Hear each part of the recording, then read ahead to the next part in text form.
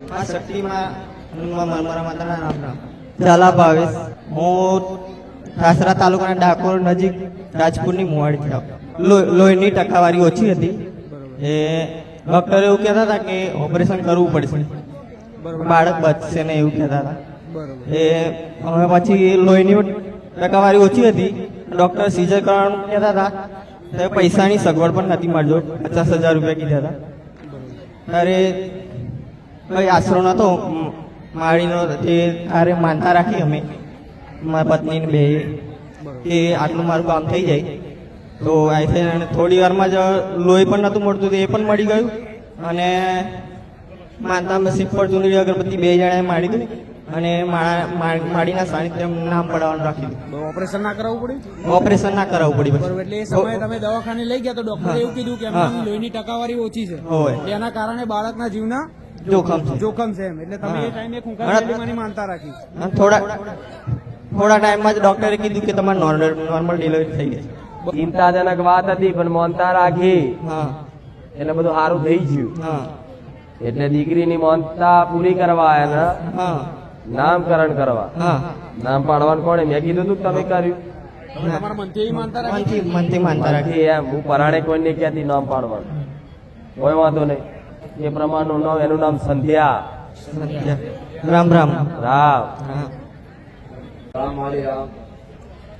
હું આનંદથી આવું છું. પપ્પુભાઈ લાલજીભાઈ વંજારા, મારો દીકરો રાહુલ છે. હવે વર્ષથી તમારા સાનિધ્યમાં આવીએ છીએ અને વિડીયો જોઈએ એવું અલગ થઈ ગયું કે મારા બાબાનું નામકરણ કરવાનું મા જોડે. ખુશી ઉમંગ થઈ ગયો અમને કે ના મા જોડે જ નામ પડાવવું છે અમારે. બરોબર. મનથી તમે એવી ઈચ્છા કરી હતી કે દીકરો આપે દીકરી, પણ નામકરણ ખૂંખાર મેળવીમાં જો કરાવશે.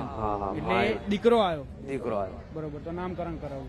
ભલે ખાલી નામકરણ કરવાનું. નામ કેટલો હરખ છે. હરખ માનો હરખ છે. નામકરણ કરવા જઈએ, માતાજીના દર્શન થાય, નામકરણ થાય. ભલે તમારો ભાવ છે, વર્ષથી આવું પણ એ ભાવનાઓથી તે આવે છે ને, એમાં હું રાજી છું. ભલે રામ. એનું નામ કૃણાલ. કૃણાલ. તમે મામા છોકરાનું કે એવું ના કાઢતા, એટલે જે હોય સ્વીકાર લેજો. કાકા કૃણાલ. કૃણાલ. કૃણાલ. કૃણાલ બોલતા પાવ છે ને? ભલે રામ. શું નામ? આરતી. શું માનતા હતી? મારી ભાભીને ત્રીજું ઓપરેશન હતું, તો મેં માનતા રાખી કે 2 છોકરીઓ ને તો છોકરો આવશે તો નામ પડાવાય છે. આગળ 2 છોકરીઓ હતી એટલે દીકરો આવે એની માટે પ્રાર્થના કરી હતી, માતાજીને માનતા રાખી હતી કે મીઠાઈ ને હું ગુલાબનો નેમ લઈને આવીશ અને છોકરાનું નામ પડાય છે. ભલે રામ. માતાજીએ ત્રીજો દીકરો આપ્યો એટલે આજે તમે નામ પડાવાય. માં નામ પડાવવામાં સહમત છે? હા હા સમજ. આ પછી મન દુઃખ ના થાય કેમ? ના ના મેં ચો કીધું તું નામ પાડવાનું, બાધા રાખવાનું, માનતા રાખવાનું, એવું નહીં થાય? ના ના. હા, તો એનું નામ કાર્તિક. કાર્તિક. હા. સારું. ગણેશ તો ભાઈ. ભલે રાવ. રંજીતા છે, હું મુંબઈથી આવી છું. મળી બીજી વાર આવી છું માં તમારા સાનિધ્યમાં. મળી હું પથારી વશ હતી માં, અઠવાડિયાથી માં હું પથારીમાં પડી હતી. 3 ડોક્ટર ફરી ગઈ માં, દવાઈ ચાલુ હતી માં, પણ કઈ ખબર જ નહોતી પડતી. રિપોર્ટ નોર્મલ આવે પણ ડર ને અંદરથી ભય હતો માં કે શું થયું છે. બાથરૂમ પેશાબ તે મારી પથારીમાં થવા માંડ્યું. એટલે મારી મેં ઊભી થઈને 2 તમારી અગરબત્તી ઘરની બહાર કરીને 1 કિલો પેંડા મહિનાને માં દિવાળીના દિવસે હું ઊભી થઈ છું માં, અને અહીંયા માનતા મૂકવા આવી છું તમારી.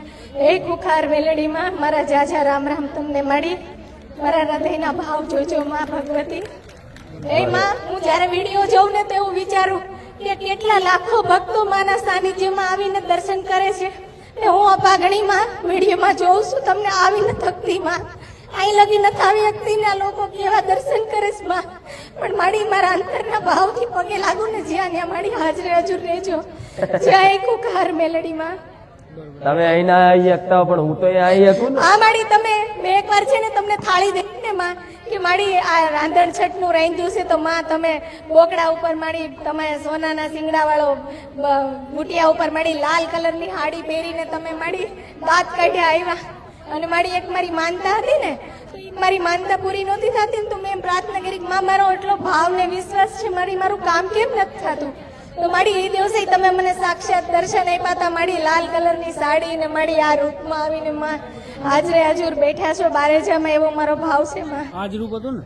હા, મારી આજ રૂપમાં સોનાનું મુંગટ પહેર્યું હતું ને સિંગડા બુટિયાના સોનાના હતા માડી અને સોના સિંગડી નો બુટ્યો હા હા માડી હા ચોક્કસ માડી એ અસલ રૂપ છે મારું હા માં તમે અસલ રૂપમાં મને દર્શન આપ્યા મારી સપનામાં આવ્યા હતા મોડું નહીં જોયું તે જ હોય પ્રકાશ હા મોઢું નથી જોયું મારી હાડી બહુ ચમકતી હતી ને સોનાની પટ્ટી વાળી એટલે મારે એ ધ્યાનમાં આવી હતી પણ માતાજીનો ચહેરો નહીં મારી સપનામાં આવ્યા ને તમે મને 15 દિવસ પહેલા ત્યારે મારી હું રોતી હતી કે મારા મમ્મી 1 વર્ષ પહેલા એક્સપાયર થઈ ગયા મારી માં નથી એ દિવસે માડી તમે એમ બોલ્યા મારા માથે હાથ મૂકીને કે હું ખુખાર મેલડી બેઠી છું અને હું રોતી હતી ને તો તમે કીધું કે તારી કુવાસી રોઈ છે તું કેમ જોશો આ તારી દીકરી રોઈ છે જોગણી તું કેમ જોશો એવું માડી તમે બોલ્યા હતા સપનામાં માડી તમે નહીં આ હું લાવીશ માતા આ તો 3 વર્ષ થયા 2.5 વર્ષ થયા 2.5 વર્ષ તારી જો જોગણી છે જોગણી નું કીધું તું આ માડી કીધું તું તો મને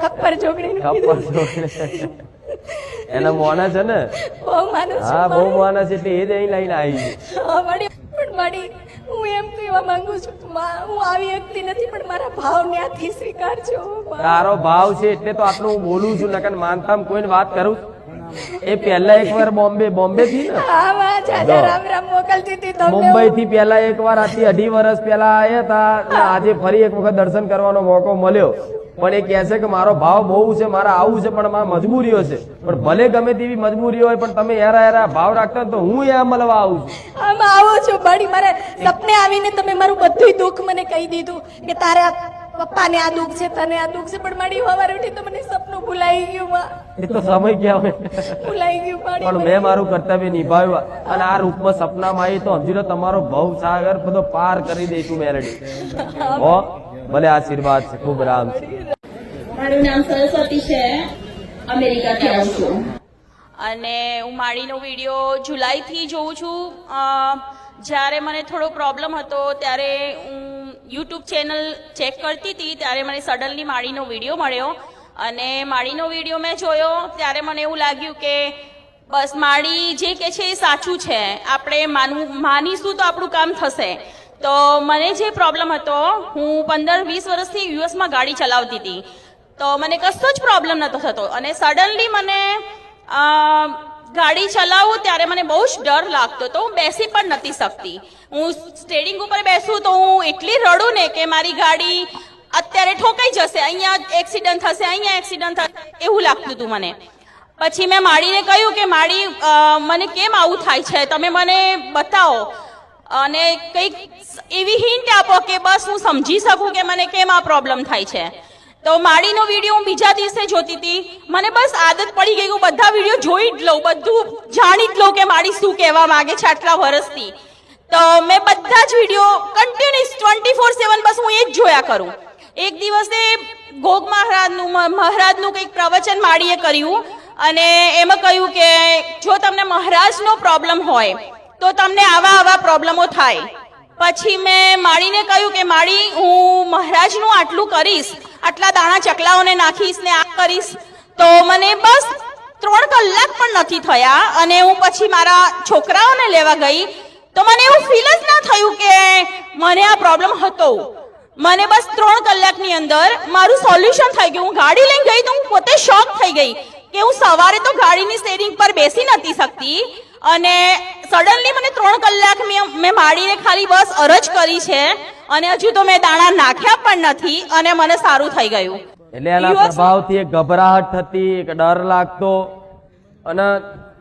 નકારાત્મક વિચાર આવતા જે ના થવાનું એના વિરુદ્ધ વિચાર આવે હા માળી કે ઊભા છે તો આવું કે આ સ્ટેજ પડશે તો નહીં હા માળી એવું થતું હતું એને વિરુદ્ધ વિચાર આવે હા તો મને હા એ 3 કલાકમાં મટી ગયું પછી હું યુએસમાં હતી મારી બેનને કહ્યું કે મેં આટલા દાણા નાખવાનું માળીના પ્રવચન સાંભળીને મેં નાખવાનું કહ્યું છે તો તું નાખવાનું ચાલુ કરી દે હું આવીશ ત્યારે તને પૈસા આપીશ તો એને ચાલુ કરી દીધું એક પણ વખતે પ્રોબ્લેમ થયો નથી એવો અને બસ સારું થઈ ગયું બીજી વસ્તુમાં કે મારી કઝિન છે એનો છોકરો કોમામાં જતો રહ્યો હતો અને 24 કલાક સુધી એને ભાન પણ નહોતું અને કશું જ કરી શકતો નહોતો ડોક્ટરે એને કહી દીધું કે હવે તું તારો ભાણિયો લોંગ ટાઈમ સુધી કોમામાં રહેશે ખબર નહીં ક્યારે પાછો આવશે પછી મને ખબર પડી